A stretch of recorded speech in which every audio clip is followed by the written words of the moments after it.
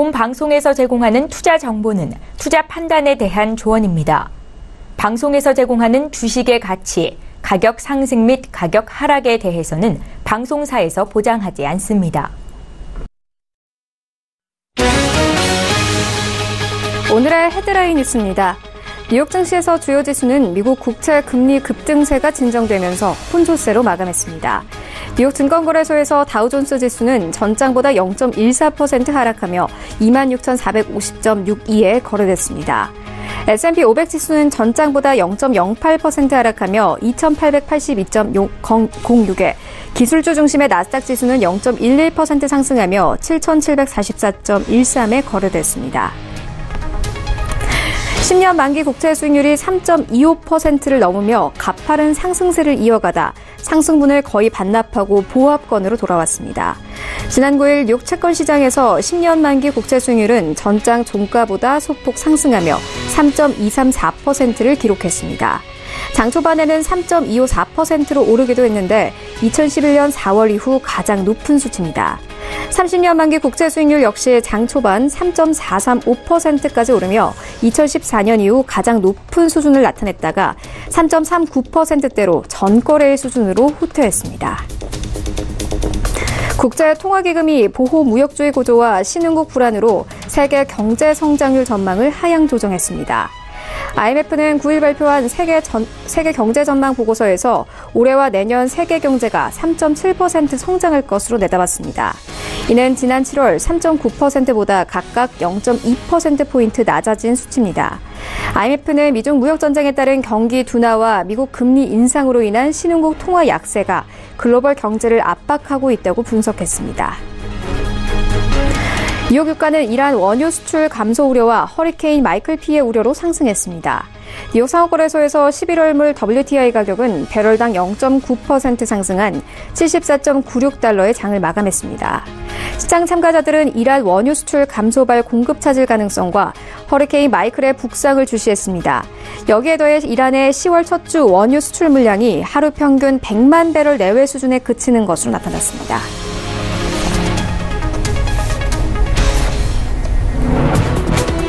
네, 시청자 여러분 안녕하십니까. 출발 증시와이드 1부 시작합니다. 최효은입니다.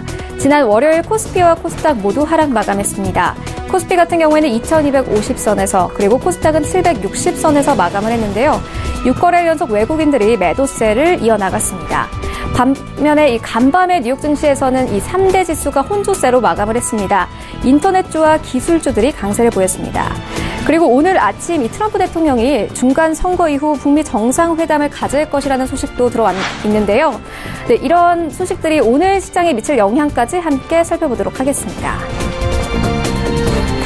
네, 먼저 이 신승용의 시그널 나우 시간에서는요, IMF가 올해 이 한국의 경제 성장률을 3.0에서 2.8%까지 하향 조정했습니다. 배경과 방향 함께 살펴보고요. 이어서 미국의 환율 보고서 발표를 앞두고 위안화는 급락세를 보이고 있습니다. 시장 상황 함께 알아보도록 하겠습니다. 이어서 라이브 이슈타임에서는요, 코스피가 이달에만 3.8%의 급락세를 보였습니다. 대처 방안 함께 살펴보도록 하겠습니다. 이어서 이 바이오주들이 보고서 하나에 휘청거리는 모습을 보여주고 있습니다. 미국의 헤지펀드 보고서 함께 알아봅니다. 출발 증시 와이드 1부 지금 시작합니다.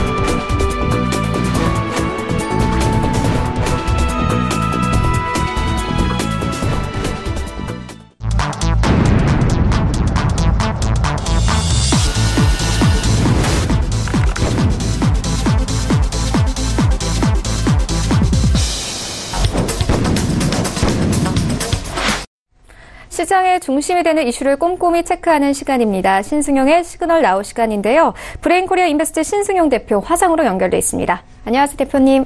네, 안녕하십니까. 네, 먼저 오늘 첫 번째 이슈부터 좀 시작을 해보도록 하겠습니다. IMF가 세계 이 경제 전망 보고서를 발표를 했습니다. 이 한국의 세계 경제 성장률을 3.0에서 2.8%로 하향 조정을 했는데요. 일단 그 배경이 궁금합니다. 또 이어서 또 하락세를 이어오는 코스피와 코스닥 시장에 악영향을 주는 것이 아닌지 이런 생각들도 함께 좀 드는데 어떻게 보십니까? 예, 지금 이제 IMF 1년에 한 4차례 세계 경제 전망 보고서를 발간을 하게 됩니다. 그러니까 이번 이제 그 10월 달 경제 전망 보고서에서 지난 7월 달보다 일단 대다수의 대다수가 아니라 전체다라고 해도 과언이 아니지 싶은데요. 일단 세계 경제 성장률 전망치를 하향 조정했다라는 부분. 여기에 우리나라의 경제 성장률 전망치 역시 하향 조정하는 그런 모습이 나타났었다라는 부분. 기존에 이제 중국이라든지 아니면 미국에 대해서는 경제 성장 전망치 기존 것을 그대로 유지하는 그런 모습을 보였다라는 부분에서 우리가 조금 좀 눈여겨봐야 될 부분이 있지 않을까 이렇게 생각을 하고 있습니다. 이미 알고 계시는 바와 같이 세계 경제 성장 전망치는 올해 그리고 내년 모두 3.9%의 기존 경제 성장 전망치를 가지고 있었는데요.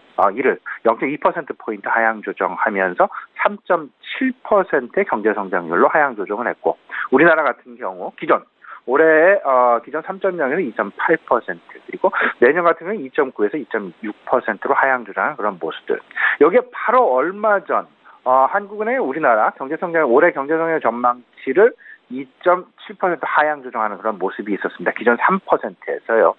이런 부분들을 좀 전반적으로 생각을 해본다라면 그리고 글로벌 경제 성장 전망치를 하향 조정했다라는 이야기는 그만큼 지금까지 우리 시장 내 상당 부분 영향을 미쳐왔었던 미국과 중국 간의 무역 갈등 이슈 그리고 최근 불거져 나오고 있는 신흥국의 어떤 그 경기 불안 상황 이에 따른 신흥국의 자금 이탈 및 통화 불안 가능성 이런 부분들로 인해서 실질적으로 세계 경제 성장률은 물론 우리나라의 경제 성장률도 상당 부분 좀 위협을 주고 있다라는 부분으로 그대로 인식을 하면 어떨까 싶습니다.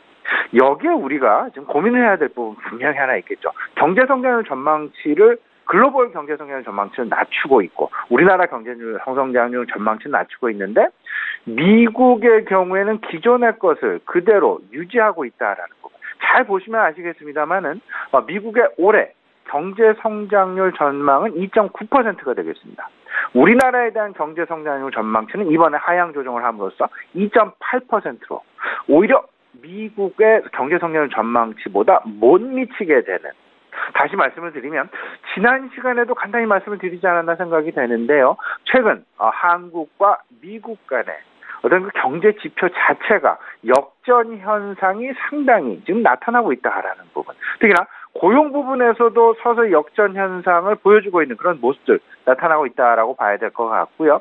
금리 역시 이미 역전 현상이 나타난 상황에서 이것이 과연 그 격차가 더 벌어질 것이냐 아니면 그 격차를 좁힐 것이냐. 이번 하는 그 금융통화위원회에서 아마도 금리 인상을 할 것인지 아니면 금리 동결을 할 것인지 지금 이주열 하는 총재 지난 휴일 때 그 기자 간담회에서도 말을 했습니다만은 상당 부분 어려움에 봉착해 있다라는 것 자체가 그만큼 우리나라 통화 정책 같은 게 상당히 지금 딜레마에 빠져 있다라는 부분으로 이해를 하시면 되지 않을까 생각이 됩니다.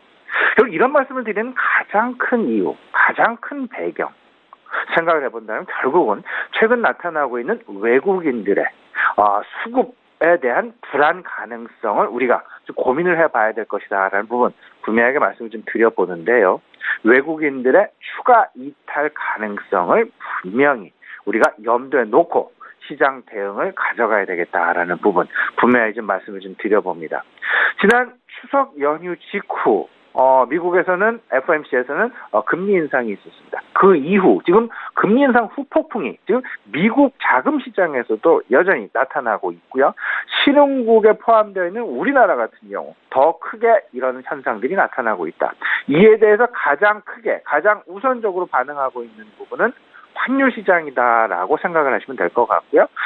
환율 시장 최근 마감이 38원 50전에 마감하는 상당 부분 원달러 환율이 급등하는, 소위 말씀을 드리면 원화 가치가 급락하는 그런 모습들이 최근 들어서 특히나 FOMC 금리 인상 직후에 우리 시장에서 나타나고 있다라는 부분 분명히 눈여겨보셔야 될 것 같습니다. 외국인들이 이에 따른 어떤 그 순매도가 지속되고 있다라는 부분. 일단 금리 인상 이후 6거래일 연속 외국인들의 순매도가 나타나고 있다. 물론 그저께 월요일이었죠. 외국인들 코스피 시장에서는 1,700억 원가량의 순매도가 나타났고 코스닥 시장에서는 약간 100억 원가량의 순매수 보이긴 했습니다만은 전체적으로 추석 연휴 이후 지난 금요일부터 그러니까 금리 인상을 한 이후겠죠. 그날 금요일부터 엊그저께 어제 휴일 이전 월요일 시장까지 좀 살펴보면 외국인의 순매도는 코스피 시장에서 1.56조 원, 코스닥 시장에서는 약 한 3천억 원에 달하는 그런 금액을 순매도하고 있다라는 분. 여전히 지금 현재의 상황, 외국인들의 수급 상황 분명히 좀 체크를 해 두셔야 될 것 같고요. 이 외국인들이 매도를 지속할 것인지 지속을 안 할 것인지는 아마도 지금 말씀드리는 부분 속에 대다수 포함되어 있지 않나 이렇게 생각이 됩니다. 미국과 중국 간의 무역 갈등은 물론 환율 갈등까지도 지금 이제 가세하고 있는 그런 모습들 나타나고 있다라는 부분. 여기에 미국의 경제 지표 호조세가 오히려 금리에는 악영향을 미치면서 신흥국 자금 이탈을 부채질하고 있다라는 부분. 이러다 보니까 달러화의 가치가 재상승을 하게 되면서 지금 이제 달러 인덱스 어느덧 95포인트를 넘어서는 그런 모습까지 보여주고 있다라는 부분. 이러기 때문에 신흥국으로부터의 자금 이탈 경고가 잇따르고 있다라는 점. 여기에 더 나아가서 MSCI의 어떤 중국 A주에 대한 신흥지수 편입을 확대해 나가겠다라는 그런 발표들. 그리고 우리나라에 투자를 하고 있는 외국인 수급에는 그다지 좋은 부분은 분명히 아닐 것이다라는 부분. 그러다 보니까 계속해서 우리가 환율 시장에 특히나 달러화의 강세 여부에 주목을 해봐야 될 것 같고요. 이런 부분들을 통해서 결국 여기서 하나 좀 우리가 좀 의문되는 점이 한 가지가 있을 수 있을 것 같습니다.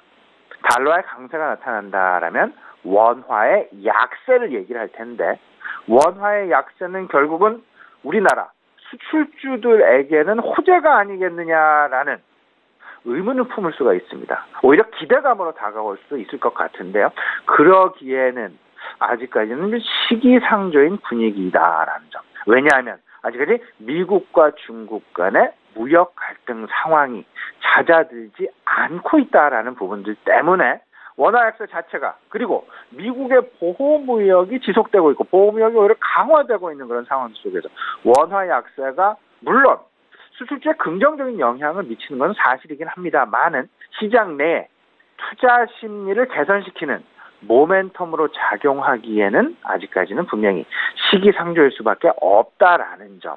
근데 여기에 중국에서 최근 중국 위안화 절하가 계속 잇따르고 있는데 이런 부분들이 미국의 어떤 그 보호무역 상황을 극복하기 위한 수단으로도 활용되고 있다라는 부분 좀 생각해 본다면 지금 당장은 아니더라도 일단 중장기적으로는 어떤 그 원 달러의 환율 그리고 수출주들의 움직임 이런 부분들이 거꾸로 투자 심리가 지금 현재 통화 긴축이라는 투자 심리가 바뀌어진다라면 그렇게 된다라면 다시금 어떤 그 실적에 대한 기대감, 수출주 실적 개선에 대한 기대감으로 지금 현재의 환율이 긍정적으로 평가가 될 그런 시간, 그런 어떤 그 가능성도 분명히 있을 수 있다라는 점.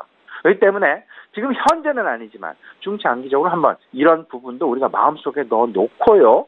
지금 현재의 상황 좀 살펴봐야 될 것이다라는 부분. 그러다 보니까 그리고 뭐 결론적으로 이렇게 됩니다. 외국인들의 이탈 가능성을 염두에 놓고 시장 투자 전략을 마련해야 될 텐데 결국은 그들이 팔고 있는 업종은 무엇이고 그들이 사고 있는 업종은 무엇이고 그리고 그들의 매수가 나타나게 된다라면 가장 우선시되고 있는 그들의 생각, 그들의 어떤 투자 전략은 무엇일까?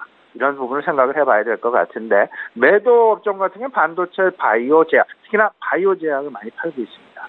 여기서 슬림화가 나타난다라고 보셔야 될 것 같고 매수 업종에는 여전히 최근 저평가가 많이 되었다라고 판단되고 있고, 그 다음에 더 이상 하락의 가능성이 저점의 인식이 커지고 있는 건설업종이랄지 조선업종에 대한 관심이 커지고 있다라는 부분 꼭 좀 염두에 두시면서요. 그들의 지금 투자 패턴은 밸류에이션을 중심으로 한 어떤 그 유동성이 높은 종목이냐, 유동성이 낮은 종목이냐, 이런 부분을 중심으로 해서 그들의 매매, 어떤 그 패턴이 나타나고 있다라는 부분, 관심을 좀 가져보신다라면 최근 상당히 어려운 시장 내에서의 또 다른 해안을 찾으실 수 있지 않을까, 이렇게 생각이 됩니다.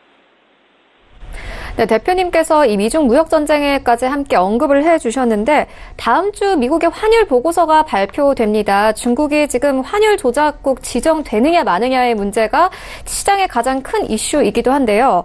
현재 이 달러당 이 위안화의 가치가 7위안에 임박했습니다. 이 시장 전망 어떻게 보십니까? 예, 지금 이제 말씀하셨던 대로 달러당 위안화, 그러니까 위안화의 어떤 그 가치가 어떤 변화를 보일 것이냐. 특히나 최근 미국과 중국 간의 무역 전쟁의 어떤 격화 3라운드 돌입, 추가 2천억 달러에 대한 10% 관세 부과, 이 부분에 2,670억 달러 추가 확대 여부 역시 시장 내 쟁점으로 다가오고 있는 것도 사실인 것 같고요. 그러다 보니까 이에 맞서는 전략으로 중국 정부에서는 특히 인민이라는 게 되겠죠. 인위적으로 위안화 환율을 절하시키는 그런 모습들이 최근 들어서 나타나고 있다라는 부분. 최근 미국의 지급 준비율을 인하시켰죠. 그러면서 그러다 보니까 지급 준비율 인하는 결국 시중 유동성을 확대한다라는 그런 어떤 그 정책이다라고 보셔야 될 것이고, 유동성 확대는 결국은 위안화의 가치 절하를 유도를 하게 되면서 올해 들어서 총 들어서 위안화의 가치가 올해 들어서 10% 절하되는 그런 모습을 보였다. 미국의 평균 중국 제품에 대한 관세율 평균 한 10% 정도 생각을 해본다라면 관세 인상이 된 부분을 중국 정부에서는 위안화 가치 절하로 맞서고 있다라고 봐도 과언이 아닐 듯이 그런 어떤 상반된 전략이 지금 현재 미국과 중국 간에 팽팽히 맞서고 있다라는 부분. 근데 이제 소위 말하는 환율 시장에도 변동성을 줄 만한 요소가 최근 이제 코앞에 임박해 있다라는 부분에 시장의 관심이 커지고 있다라는 부분. 시장은 어찌 보면 일촉즉발의 상황으로 지금 이제 다다르고 있다라는 부분으로 생각을 좀 해두셔야 될 것 같습니다. 무슨 말씀이냐면 한 다음 주 정도로 지금 예정이 되고 있죠. 일정은 명확하게 정해지지는 않았습니다만은 14일, 15일 경으로 지금 현재 예정이 되고 있는 미국의 환율 보고서 발표. 물론 여기서 우리나라도 예외는 아니겠습니다. 그리고 대만도 예외는 아니겠습니다. 일본 역시 예외는 아니겠습니다만은 여전히 시장에서의 가장 핵심적인 어떤 그 이슈는 중국에 대한 환율 조작국 지정 여부일 것이다라는 부분. 환율 조작국 지정이 된다라면요, 일단 우리나라도 한번 환율 조작국 지정된 바가 있었는데요. 그때 원화의 가치가 급격히 절상되어지는 그런 모습이 나타났다라는 부분. 환율 조작국이 지정이 된다라면 위안화, 절하라는 정책으로 계속해서 맞서고 있는 중국 정부에 상당 부분 임팩트를 가할 수 있을 것이다라는 점. 중국의 위안화의 어떤 그 절평가, 절상 부분이 급격하게 나타나게 되면서 시장, 소위 말하는 환율 시장의 변동성이 격화돼 그럴 가능성이 높을 것이다라는 부분. 소위 말하는 외환 시장의 혼란이 야기가 되면서 시장을 상당 부분 힘들게 만들 수 있을 것이다라는 것. 여기에 우리나라의 위안화의 원화와 동조화 가능성, 최근 동조화가 크게 나타나고 있다라는 부분 생각을 해보면요, 이런 동조화로 인한 어떤 우리 원달러 환율의 움직임 역시 자유롭지 않을 것이다라는 부분. 다들 알고 계시겠지만 미국의 환율 조작국 지정 조건요 3가지로 요약이 됩니다. 대미무역 흑자가 200억 달러가 초과되느냐 안 되느냐. 중국의 대미무역 흑자는 연간 3,500억 달러에 육박합니다. 경상수지 흑자가 GDP 대비 3% 초과하느냐 안 하느냐. 환율 시장의 한방향 개입 여부, 이 부분이 아마도 중국에 대해서 관건이 되지 않을까 이렇게 좀 생각이 되는데요. GDP 대비 순매수 금액이 2% 초과하느냐 안 하느냐의 여부. 과연 이를 놓고 지금 중국 경제가 환율 시장에 의해서 흔들리게 된다는, 그리고 여기에 더 나아가서 미국과 중국 간의 무역 전쟁이 격화되는 그런 상황 속에서 움직임이다라면 아마도 중국 경기는 신흥국 경기를 대표하기 때문에 신흥국 경제로의 위협 가능성은 상당 부분 높다라고 보여야 될 것이고, 결국은 결론적으로 외국인들의 자금 이탈 가능성이 상당 부분 높게 될 것이다라는 점, 여기에 미국의 경제 여건이 상당 부분 개선되고 있다라는 부분, 미국 경제 지표 자체가 개선되고 있다라는 모습, 여전히 외국인 자금 이탈을 미국으로의 쏠림 현상을 만들어낼 수밖에 없는 그런 현상이다라는 부분 꼭 좀 염두에 두시면서요, 조금 좀 보수적인 견지에서의 시장 대응 전략 계속해서 마련해 나가시겠다 말씀 좀 드려보고요.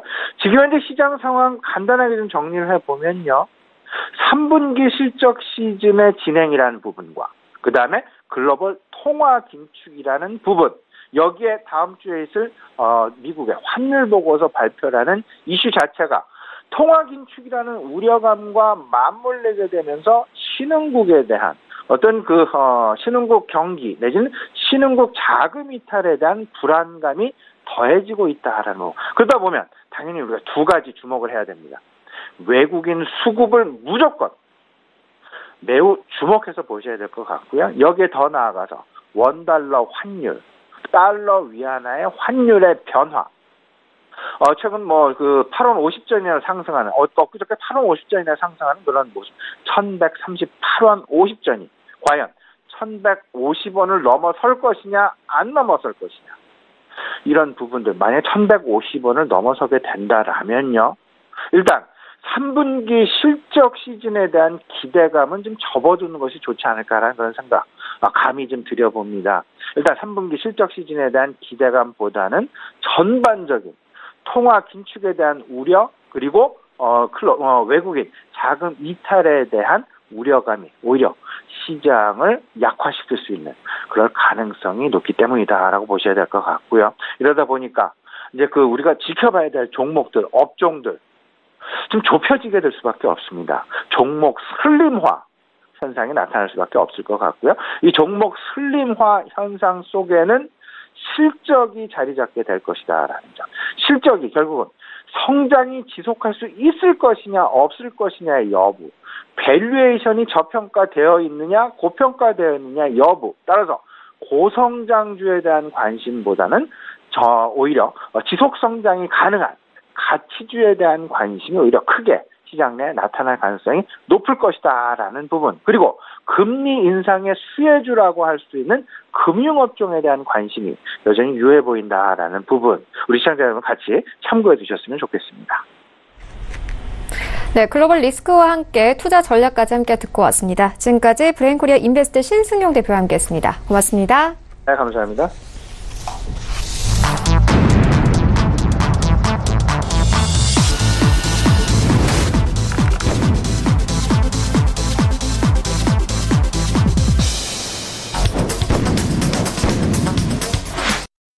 네, 국내의 시장 쟁점을 분석해보는 시간입니다. 라이브 이슈 타임인데요. 한국투자증권 김권진 차장과 현재 화상으로 연결돼 있습니다. 안녕하세요. 네, 안녕하십니까. 네, 먼저 이 첫 번째 질문부터 좀 드리도록 하겠습니다. 최근에 이 코스피가 약세를 이어오고 있습니다. 지난주만 하더라도 주간 기준으로 3%대 급락세를 보이기도 했는데요. 여러 가지 불확실성이 있습니다만 분명히 이 상승 재료도 존재할 것 같습니다. 반등 시점은 언제로 좀 기대를 하고 계신가요? 자, 우선은 반등 시점을 먼저 결론부터 얘기해 드리자면 지금 라운저리에서 한 10여 포인트 정도 하락할 수 있는 이런 여력이 남아있다. 그렇지만 상승할 수 있는 여력이 여기서부터는 더 크다라고 여러분들께 안내를 해드릴 수가 있을 것 같습니다. 어떻게 보면 이 박스권의 흐름이 계속해서 좀 연결이 되고 있는데 우리나라의 강력한 PBR 한배선은 2200 한 30선, 40선을 지금 현재 전문가들이 얘기를 하고 있습니다. 실제적으로 그거 이하로는 대부분 주가가 하락을 하지 않았다라는 이런 강한 의미가 있다라고 생각을 하시면 될 것 같습니다. 실제로 10월 들어서 계속해서 지금 현재 장 열릴 때마다 하락만 하고 있어서 조금 많이 가슴이 아파오는 지금 현재 시장이 진행이 되고 있는데요. 이 이러한 원인으로는 여러분들이 많이 들었다시피 어떻게 보면 환율 그리고 유가 그리고 현재 미중 무역 전쟁에 대한 얘기가 계속해서 나타나고 있다라는 거 얘기를 해드리겠습니다. 그리고 최근 들어서 계속해서 얘기가 나오고 있는 게 미국의 이제 국고채 금리가 지금 현재 계속 연일 최고치를 경신하고 있다라는 점에서 시장이 좀 하락을 많이 하고 있다라는 얘기를 해드리겠고요. 실제로 근데 오늘 아침에 그런 흐름을 보니까 미국의 국채 금리 같은 경우가 살짝씩 하락을 해주는 모습이었다라는 거. 이것은 그나마 좀 다행스러운 모습이었다라는 거. 그리고 유럽 쪽에 지금 이슈가 있는 것들은 조금씩 사그라들고 있고요.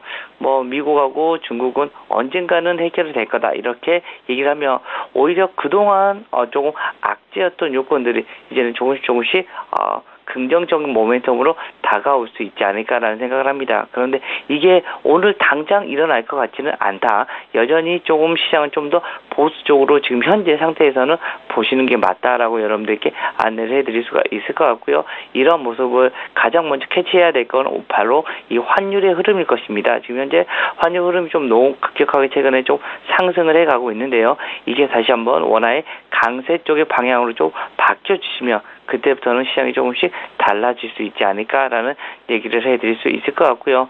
당분간은 조금 시장에서 한 발짝 좀 떨어져서 시장을 좀 더 관찰하시는 게 좋을 것 같고 여러분들이 다시 한번 재진입을 원하실 때는 언제냐면 바로 이 환율이 좀 안정이 되고 외국인들이 지금 돌아섰던 변심을 했던 외국인들이 다시 한번 좀 돌아오는 시기가 돼야지만 여러분들이 다시 한번 시장으로 좀 더 적극적인 매매가 그때부터는 좀 필요하지 않을까라는 얘기를 드리겠습니다.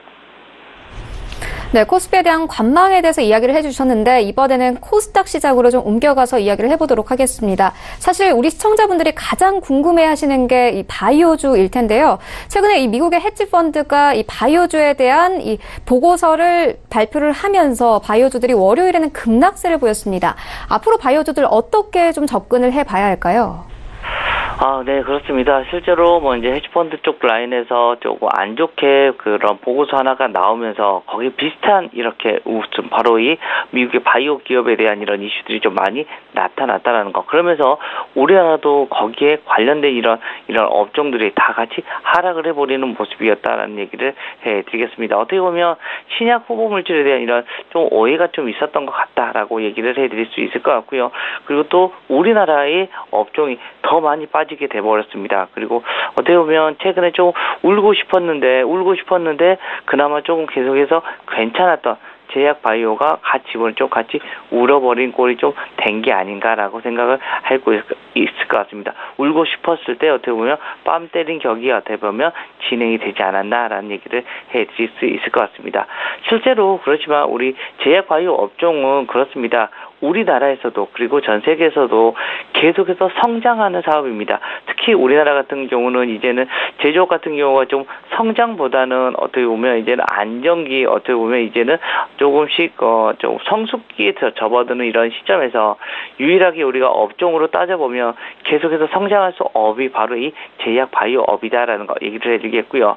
우리가 어떻게 보면 계속해서 나이가 많이 든다는 것은 여러분들 어쩔 수 없이 다 알고 있으실 겁니다. 그렇지만 우리는 계속해서 나이를 먹는데 어떻게 먹어가느냐? 바로 무병장수가 아니라 유병장수 시대가 된다라는 거죠. 계속해서 조금 우리는 나이가 많아질수록 또 병도 점점 더 많아진다라는 거. 이것에 의해서 제약 바이오의 업종은 계속해서 커갈 수밖에 없다라는 얘기를 해드리겠고요. 그러기 위해서는 우리 시청자분들은 조금 섹터별로 좀 나누어 볼 필요가 있다는 거 얘기를 해드리겠어요. 즉 신약 업체들이면 신약 업체 어떻게 보면 나는 헬스케어 업종이면 헬스케어 업체 이런 식으로 좀 나누어서 대표적인 이런 종목들을 좀 많이 관심을 가져주시면 좋을 것 같고요. 대표적으로 덴티움 같은 이런 회사들은 치과 관련돼서는 아주 좋은 모습 그리고 보톡스 회사라고 하면 바로 대웅제약 같은 것을 여러분들 좀 바로 떠올려 주시면 훨씬 더 좋고 신약 업체들은 바로 이 어떤 한미약품을 어떻게 주력으로 좀 보시면 여러분들이 보시는 모습 그리고 바이오 시밀러 회사다라고 하면 바로 삼성바이오로직스 같은 이런 회사들을 여러분들이 차근차근 나누어서 여러분들이 생각해 주시면 좋을 것 같고요. 이런 모습에서 어떻게 보면 하나의 힌트를 좀 얻어갈 수 있을 건데 거기에 관련된 기업들을 차근차근 한번 정리해보는 한번 시간을 좀 더 가져주시는 게 좋을 것 같고 이번에 좀 하락을 한다면 조금 더 밀릴 수는 있을 것 같습니다. 바로 여기서 바로 치고 올라가기보다는 좀 밀린다면 또 다시 한번 그런 시기를 어떻게 보면 체력을 보충시켜주는 시기가 오면 그때면 다시 한번 제약바이오로 갈 거니까 거기에 어떻게 보면 시기로 여러분들이 사용해 주시면 좋을 것 같다라는 얘기를 드리겠습니다. 네, 제약 바이오주의 성장성에 대한 이야기를 해주셨는데요. 이번에는 대형주로 조금 이슈로 옮겨가 보도록 하겠습니다. LG전자가 월요일날 이 신저가까지 기록을 했고 아모레퍼시픽 같은 경우에도 최근 계속 약세를 이어오고 있습니다. 시청자분들은 오히려 이 저점 매수의 기회가 아닌가 이런 분석까지 함께 내놓고 있거든요. 어떻게 보십니까? 자, 우선은 LG전자 얘기를 간단하게 드리지만요. LG전자 실적 어떻습니까? 그렇게 나쁘지도 않았던 실적이었습니다. 그런데 뭐 때문에 계속해서 지금 하락을 하고 있냐면 LG전자가 10만 원을 갈 때 가장 크게 이슈가 됐었던 게 바로 전장 부품에 대한 이런 이야기였습니다. 프리미엄 가전은 워낙 잘 되고 있다는 걸 이미 다 알고 있는 겁니다. 즉 프리미엄 가전에서는 계속해서 돈을 벌고 있다는 것을 누구나 알고 있는 거다. 그렇지만 LG전자 바로 주가가 상장하기 위해서는 앞으로의 성장이 어디 쪽으로 일어날 것인가에 대한 가시성입니다. 근데 이 전장 부품에 대한 이런 가시성이 좀 도출이 돼야 되는데 이게 생각보다 좀 늦어지고 있다는 거 얘기를 해드릴 수가 있을 것 같고요. 그렇지만 지금 현재 주가는 거의 바닥 부분은 맞는 것 같습니다. 그렇지만 아직까지 강한 수급이 지금 현재는 동반되지고 있지 않기 때문에 지금 현재 주가가 좀 계속해서 하락을 하고 있는 것이다. 그리고 전장 부품에 대한 이런 이슈가 좀 더 나와줘야지만 주가는 드라마틱한 아마 턴이 그때부터는 아마 좀 다시 한번 나올 수가 있을 것이다. 즉 아직까지는 반등의 모멘텀이 조금 부족한 모습이다. 그리고 어떻게 보면 LG전자 같은 경우 대표적인 시가총액 대형주기 때문에 시장이 올라가야 되는데 지금 현재 시장의 지금 현재 분위기가 그렇게 좋지 않은 모습이다라고 생각을 해주시면 될 것 같고요. 아모레퍼시픽 같은 경우는 예전에는 우리가 화장품 업종의 대표주라고 하면 아모레퍼시픽을 꼽았습니다. 그렇지만 최근의 분위기는 어떻다? 한 2, 3위 정도로 좀 낮아진 것 같습니다. 1위는 지금 현재 LG생활건강에 대한 흐름을 여러분들이 보셔야 될 것 같고요. LG생활건강이 턴을 하면 분명히 아모레퍼시픽도 턴을 합니다. 그렇지만 실제적으로 실적을 따져보면 아모레퍼시픽보다는 LG생활건강이 조금 더 낫다. 그리고 그동안 받아왔던 밸류가 있습니다. 실제적으로 아모레퍼시픽은 그동안 밸류를 상당히 높게 받아왔습니다. 이유가 뭐였냐면 성장을 할 거야. 실제적으로 중국인들이 화장을 하기 시작해 라고 이런 식의 얘기가 나오고 있는 거였는데요. 이제 그런데 생각보다는 아모레퍼시픽의 중국 법인이 성장률이 조금 더 좋지가 않다라는 거 여러분들 좀 기억해 주셔야 될 것 같습니다. 즉 그동안 받았던 고밸류를 이렇게 진행이 되면 이렇게 고밸류를 받을 필요가 없는 거 아니냐라는 식의 이야기가 나올 게 분명하기 때문이다라는 얘기를 해드리도록 했고요. 전체적으로 반등이 나오기 위해서는 강하게 한한령이었던 한한령이 빠르게 풀리고 바로 중국인들이 예전처럼 우리 한국을 찾아준다면 다시 한번 성장을 할 거고요. 그리고 바로 또 가장 큰 키워드는 앞에서 잠깐 얘기해드렸던 중국 법인이 어떤 식으로 성장을 해주느냐에 따라서 주가에 대한 흐름이 향방이 바뀔 것 같다. 분명히 두 종목 다 거의 바닥권은 맞습니다. 그렇지만 지금 당장 오늘부터 반등이 나올까요? 그거는 아직까지는 요원하다라는 여러분들이 기억을 해주시면 좋을 것 같습니다. 네, 이 두 가지 종목 현재 이 상승의 모멘텀이 부족하다고 말씀을 해주셨는데요. 사실 최근 시장에서는 이 상승하는 종목들이 하락하는 종목보다 적습니다.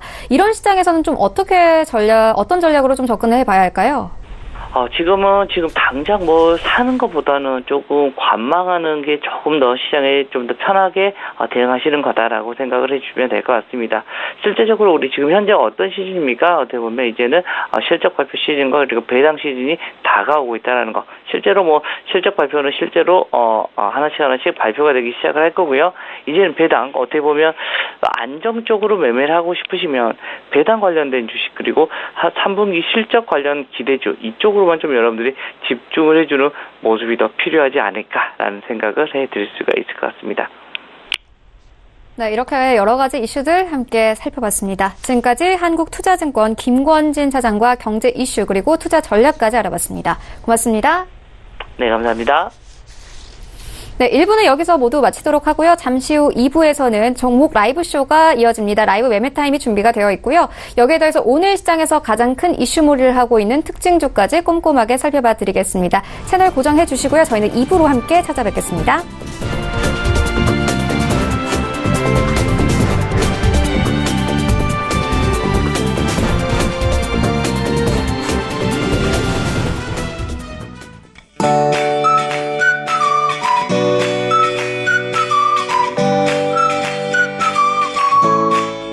안녕하세요. K웨더 라이프스타일 예보 박유라입니다. 현재 전국에 차가운 가을비가 내리고 있습니다. 앞으로 5mm 내외의 비가 조금 더 내리다 아침에 대부분 그치겠습니다. 비가 그친 뒤에는 찬 공기가 유입되면서 날이 부쩍 추워집니다. 서울의 낮 기온이 20도를 밑돌며 예년 이맘때보다 5도에서 8도가량 낮겠고요. 아침 기온도 내일부터는 한 자릿수로 떨어지면서 5도 안팎에 머물겠습니다. 찬바람의 체감 온도는 더 낮을 것으로 보이는데요. 따뜻한 옷차림을 하셔야겠습니다.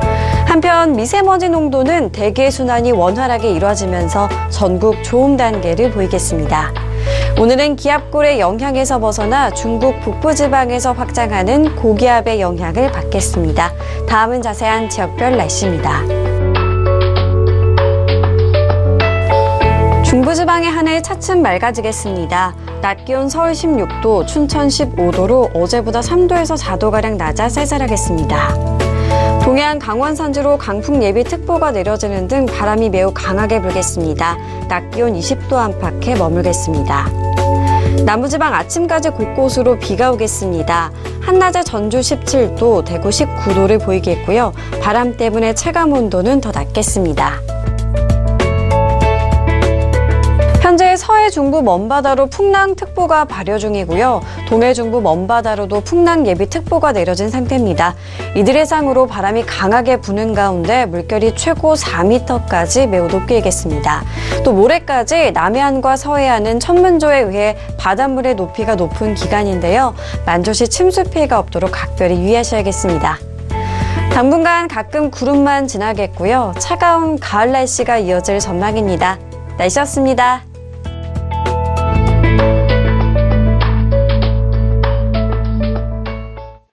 본 방송에서 제공하는 투자 정보는 투자 판단에 대한 조언입니다. 방송에서 제공하는 주식의 가치, 가격 상승 및 가격 하락에 대해서는 방송사에서 보장하지 않습니다.